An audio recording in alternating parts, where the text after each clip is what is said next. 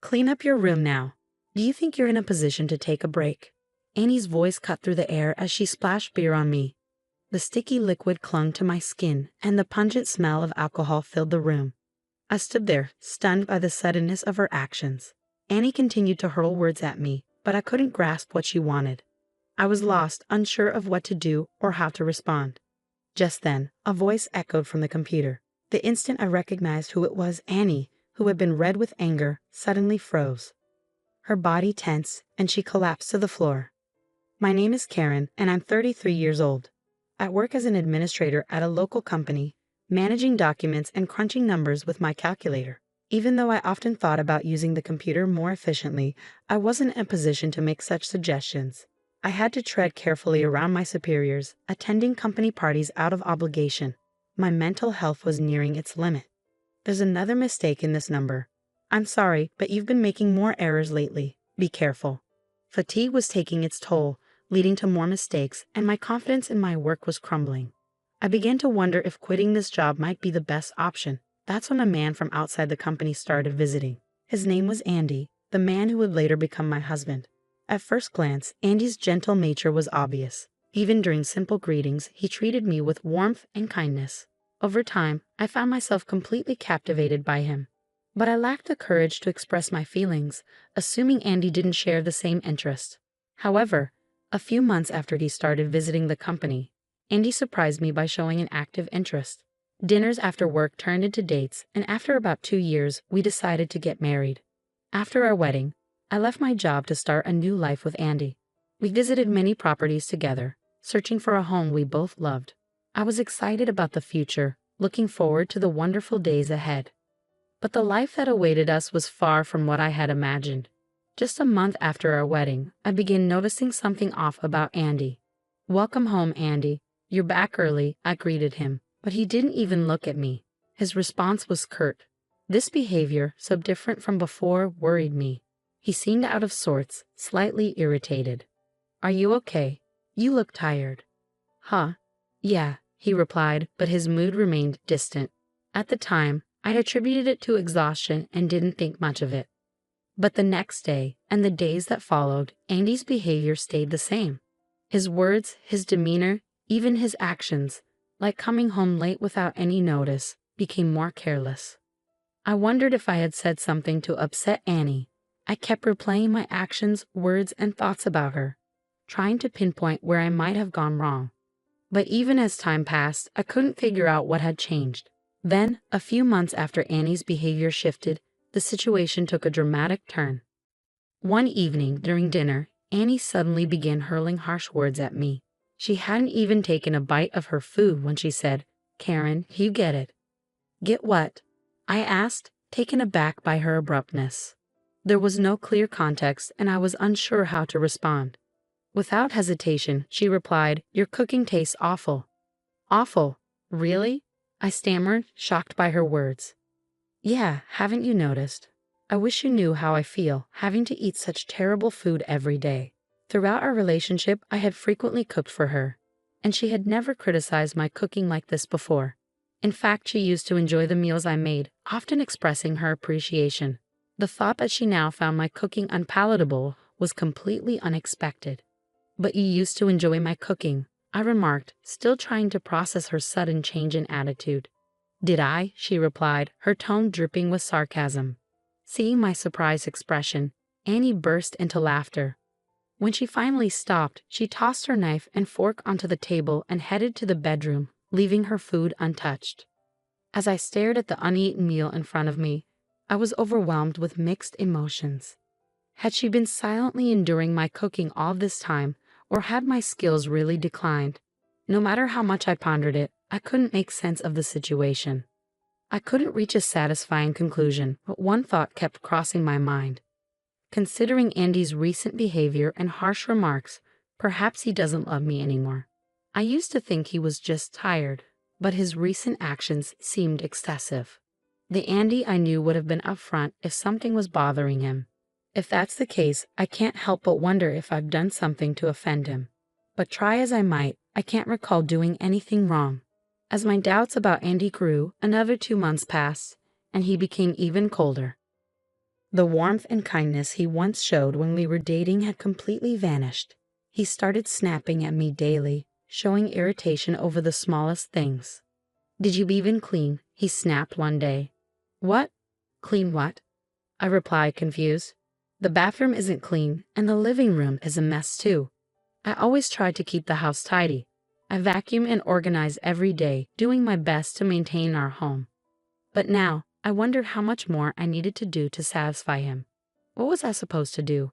As I wallowed in disappointment, Andy showered me with even more criticism. But of all the hurtful words he said, the one that stung the most was, "Why did I ever marry a woman like this?" Was his past love for me just an illusion?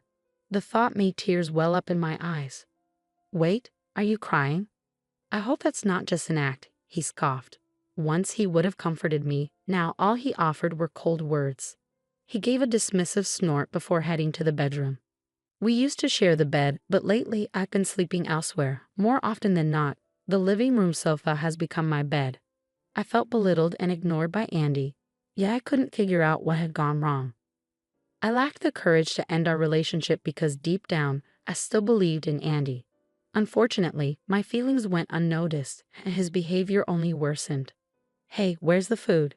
he'd demand, only to criticize it moments later. "Who can even eat this?" I had suggested eating out several times, but he never agreed and never explained why. The moment he returned from work, he'd start complaining about the dirt at the entrance, the state of the bathroom, or something else, and then sharply demand food. As I noticed the change in his behavior, I tried to figure out the cause.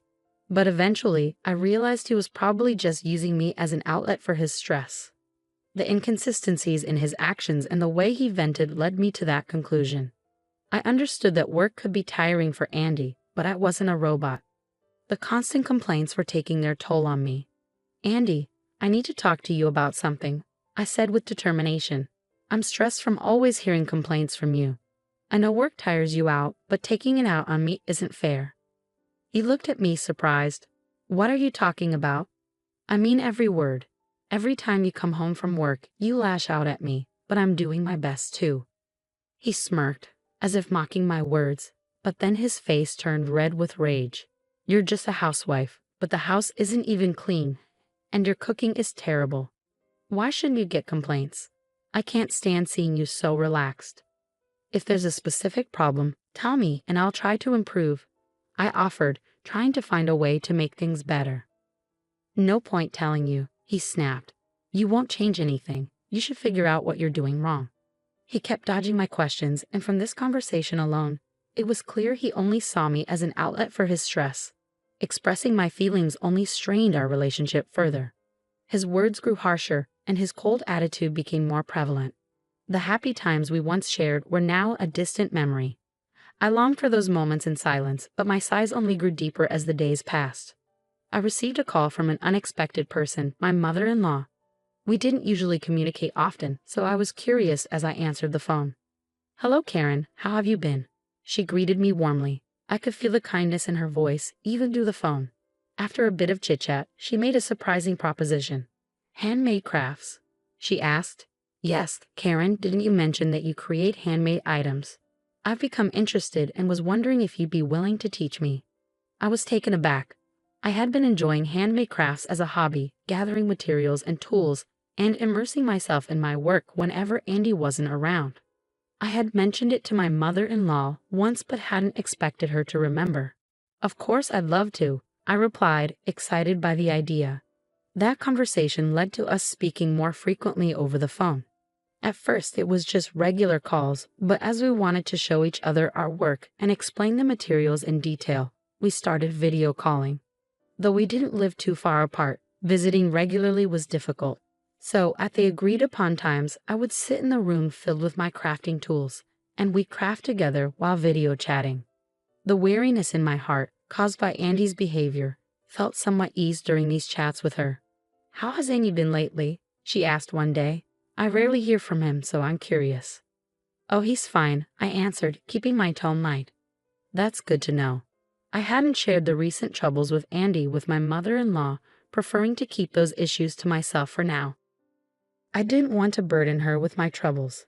Our time together allowed me to forget about Andy for a while. Even though his behavior remained unchanged and I continued to struggle, I kept all of that hidden from her. But one day, a few weeks after we started video calling, something unexpected happened. After preparing food and cleaning the house, I was video chatting with my mother-in-law when suddenly the door slammed open. It was Andy. I turned to see him standing near the door, holding something in his hand. He seemed completely unaware of the ongoing video call and slowly approached me. "What are you sneaking around doing in here? Did you finish cleaning?" "What about the laundry?" he demanded. "I've already done that," I replied, trying to keep calm. "You saw me doing housework, didn't you?" "I didn't," he snapped. Andy had been engrossed in watching TV in the living room, so his reply wasn't unexpected. "You're always watching TV," I muttered. "What? You're annoying," Andy yelled. "Clean this room now.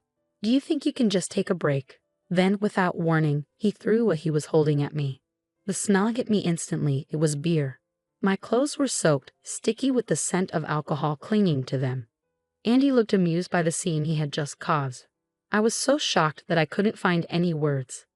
"Once you understand, get on with the task," he barked before kicking over a pile of books nearby. His displeased laughter echoed throughout the room. I said nothing, just staring at the books soaked in beer. At that moment, an unexpected voice rang out, cutting through the tense silence. "Is that all you have to say?" The voice was familiar, and it was coming from the computer. It was Andy's father, my father-in-law. "Dad?" Andy's voice wavered, his intimidating presence suddenly fading into fear.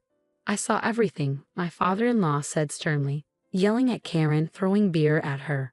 "What were you thinking?" "It's not what you think, Dad. It's a misunderstanding," Andy stammered, visibly shaken by his father's anger. "A misunderstanding? What do you mean by that?" his father demanded. "It seems like this isn't the first time something like this has happened, is it? When did you become like this?" My father-in-law's voice was filled with disappointment, the kind that cuts deep. Andy stood silent beside me, no longer the domineering figure he had been just moments before. Then my father-in-law turned to me with an unexpected offer. "Karen, would you come over to our place? Right away. I'm worried about you staying there with Andy. If it's okay with you, I'll come to pick you up right now."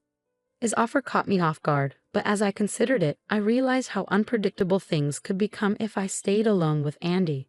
"Are you sure it's okay?" I asked hesitantly. "No problem at all," he'd assured me. Then, turning back to Andy, he warned, "If you harm Karen anymore, I will never forgive you." With that, he ended the call. I hurriedly packed a few things and waited at the entrance. Andy, visibly unsettled, didn't say a word or try to stop me. After a while, my father-in-law arrived. The moment he stepped through the door, Andy's face showed an unprecedented level of fear. "Andy, you'd better reflect on your actions tonight.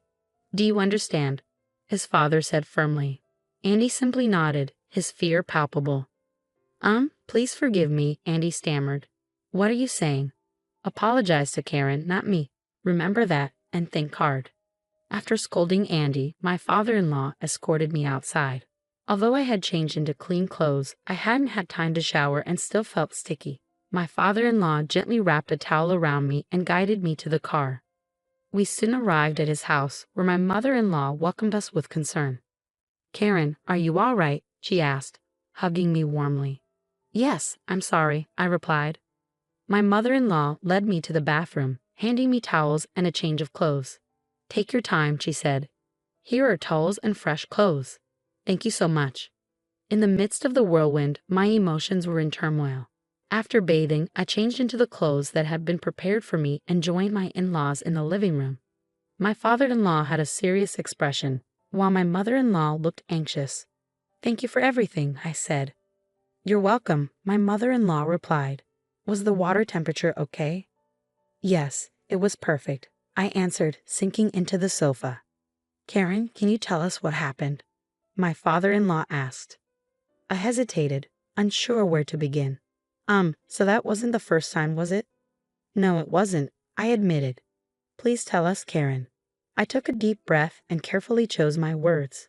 My in-laws listened attentively as I explained the events following our marriage and why I had kept it from them until now. They absorbed every detail. "So that's why it came to this." My father-in-law said after a moment. You should have told us sooner. We would have understood. I didn't want to worry you, I replied, my voice breaking slightly. I understand how you feel, Karen. You shouldn't have kept silent about someone like him, my mother-in-law said gently. Yes, I'm sorry, I said, feeling a mix of relief and guilt. Though they scolded me softly, their concern was evident, and I felt they genuinely cared about me. There was a brief silence as my in-laws processed everything. After a few minutes, my father-in-law finally broke the silence. Karen, do you still love Andy? Pardon? I have a feeling he'll just repeat his mistakes, my father-in-law said firmly. For your sake, I think it's best if you divorce him. Decisions like this are best made quickly. My mother-in-law, sitting beside him, nodded in agreement. Divorce Andy, she urged. I was taken aback by the suggestion from his parents. The idea of divorce seemed so final, and despite everything, I still loved him. The thought of him never changing troubled me deeply, yet I felt torn. They waited silently for me to decide. After some thought, I made up my mind. I will divorce Andy, I said. I had tried to make things work and offered countless suggestions, but he had ignored them all. I believed that if we continued as a married couple, he would only continue to treat me coldly. Relief washed over their faces at my decision. After discussing it further with my in-laws, I was determined to move forward with a divorce. I could finally distance myself from Andy, although a part of me hoped he might change his mind. The overwhelming feeling I had when deciding to divorce was relief. The following week, I went to our house with my in-laws, carrying the court papers, including an affidavit of the defendant. When I rang the doorbell, I heard footsteps approaching, and Andy opened the door.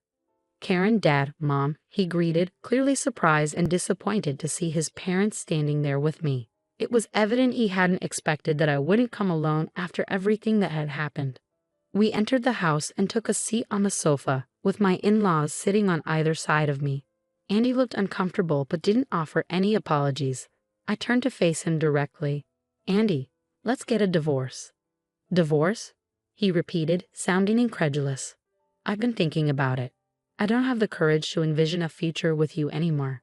Even if we lived together again, you'd probably repeat the same mistakes and forget what happened before. That's not true, he said defensively. Can you honestly claim that you've changed? I asked. You haven't even properly apologized for what happened up until last week. You're just offering lip service without showing any genuine regret. I'm sorry, Andy said, startled by my words. But it was too late. The decision had been made. I had lost all sense of forgiveness toward him. It was too late for anything now. Standing by my in-laws, I reviewed the court papers with resolve. I faced Andy with newfound confidence. Why would you say that? I asked, trying to understand his reaction. What were you thinking? After everything that happened last week, you didn't even apologize to me. It seems you never considered the possibility of divorce. If you truly understood the gravity of your actions, you wouldn't be so shocked by the mention of it. I realize I made mistakes, but I don't think it's serious enough for a divorce, Andy protested. Really? I said, incredulously. That's unbelievable. Andy seemed to freeze, his previous bravado gone. Though visibly troubled, he eventually agreed to the divorce. Not once did he show genuine remorse. As I packed my things to leave the house, I asked him, "Why did you start treating me so poorly after we got married? You weren't like this when we were dating." Hesitating, Andy replied, "I didn't want you to look down on me." "Did I ever make you feel that way?" I questioned. "No, you didn't," he admitted. "Stop imagining these absurd things," I said, shaking my head. I then left the house with my in-laws, knowing I would never return. I felt a pang of sadness as I left the home I had loved. After finalizing the divorce, I stayed with my in-laws. My financial situation as a housewife wasn't enough to start a new life alone, so their offer for me to stay was a relief. Initially, I felt uneasy, but I soon adapted to my new life and found joy in doing handmade crafts with my mother-in-law. Throughout this time, I received messages from Andy, who seemed unable to let go.